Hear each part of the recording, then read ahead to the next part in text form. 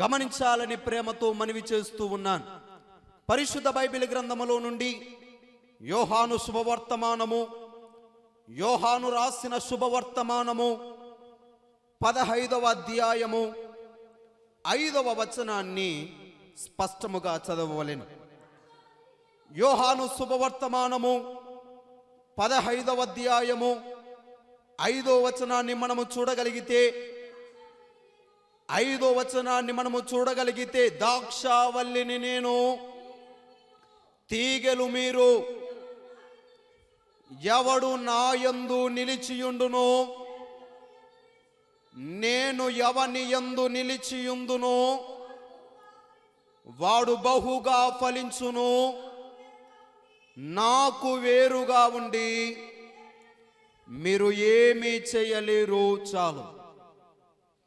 క్రీస్తు ప్రభునందు ప్రేమైనటువంటి దేవుని విశ్వాసులారా, ప్రియులారా, దేవనామమున చేరి వచ్చిన మనకెల్లరకును ఈ భస్మ బుధవారపు దినమున మొదటి దీక్షగా ప్రారంభిస్తూ ఉండగా 40 దీక్షల వరకు దేవుడు మనకు తోడయుండి మనలను నడిపించును గాక. చదవబడినటువంటి దైవ వాక్యాన్ని మనము లోతుగా సంపూర్ణముగా ధ్యానించినటువంటి వారమైతే ఇందులో వ్రాయబడినటువంటి విశేషమైన మాట ఒకటే, నాకు వేరుగా ఉండి నీవు ఏమీ చేయలేవు. అందరూ చెప్పండి, నాకు వేరుగా ఉండి నీవు ఏమి చేయలేవు. ఈ మాట ఎవరంటున్నారు అనంటే స్వయంభవుడైన దేవుడే ఈ మాటను పలుకుతున్నాడు. ఈ మాటను ఎందుకు ప్రస్తావించాడు, ఎందుకు ఈ మాటను ఉపయోగించాడు? నాకు వేరుగా ఉండి నీవేం చేయలేవని సూటిగా చెబుతున్నట్టుగా దేవుడు ఈ దినాన ఎందుకు ఈ వాక్యాన్ని మనతో మాట్లాడుతున్నాడు అన్నటువంటి విషయాన్ని ఆలోచించబోయే ముందు, అబ్రహాము గారున్నారు. అబ్రహాము గారిని దేవుడు పిలిచినప్పుడు అబ్రహాము గారు తన భార్యను వెంటబెట్టుకొని, పనివారిని వెంటబెట్టుకొని, పశువులను వెంటబెట్టుకొని, కొంచెం ఆహారాన్ని తీసుకొని దేవుడు చూపిస్తున్న దేశానికి పయనమైపోతున్నప్పుడు అబ్రహాముతో పాటు తన తండ్రిని వదిలి, తన ఆస్తి పాస్తులను వదిలి, తండ్రికి ఉన్నటువంటి ప్రేమనటువంటి వారులారా సర్వమును వదిలిపెట్టి విడిచిపెట్టి అబ్రహాముతో పాటు లోతు కూడా పయనమై ముందుకు సాగాడు. లోతు కూడా పయనమై ముందుకు అబ్రహాముతో ముందుకు సాగడము మొదలు పెట్టాడు. ముందుకు సాగిపోతా ఉన్నాడు. అబ్రహాము ఏ దేవుని నమ్ముకున్నాడో లోతు అదే దేవుని నమ్ముకున్నాడు. అబ్రహాము ఎలాగున దేవుని వాక్యము పైన, దేవుని మాట పైన, దేవుని పైన విశ్వాసం ఉంచాడో లోతు కూడా అదే వాక్యము పైన, అదే దేవుని మాట పైన, అదే దేవుని పైన విశ్వాసం ఉంచాడు. లోతు ఎలాగున ఉన్నాడు? అబ్రహాము వాగ్దానముల కొరకు ఎలాగునైతే నిరీక్షణ గలవాడై ఉన్నాడో లోతు కూడా దేవుని వాగ్దానము కొరకు నిరీక్షణ గలవాడై ఉన్నాడు. లోతు ఇలా వినాలి, అబ్రహామును దేవుడు ఎంత ఆశీర్వదించాడో లోతును కూడా దేవుడు అంతే ఆశీర్వదించాడు. ఇంతవరకు వారి ప్రయాణము చక్కగా ముందుకు సాగింది. ఇంతవరకు బాగా ఉంది. ఒకరినొకరు ధైర్యపరుచుకుంటూ, ఒకరినొకరు సహాయం చేసుకుంటూ, ఒకరినొకరు దేవుని బలపరుస్తూ, దేవుని మహిమపరుస్తూ ముందుకు సాగుతున్న ప్రక్రియలో ఏమైందో ఏమో తెలియదు, అసలైన ఘట్టములోనికి వచ్చారు. ఏమైందయ్యా అనంటే లోతు పని వారికి, లోతు కాపరులకు, అబ్రహాము కాపరులకు సమస్యలు వస్తా ఉన్నాయి. లోతు ఉన్నాడు అటువైపు, ఈ వైపు అబ్రహాము గారు ఉన్నారు. లోతు కాపరులకు, అబ్రహాము కాపరులకు సమస్యలు వస్తానే ఉన్నాయి. సమస్యలు వస్తానే ఉంటే ఏమీ కాదులే, ఏమీ జరగదులే, చూచి చూడనట్లుగా వెళుతున్నాడు అబ్రహాము. ప్రేమనటువంటి దేవుని వారలారా, ఇలా సమస్యలు వస్తా ఉన్నాయి.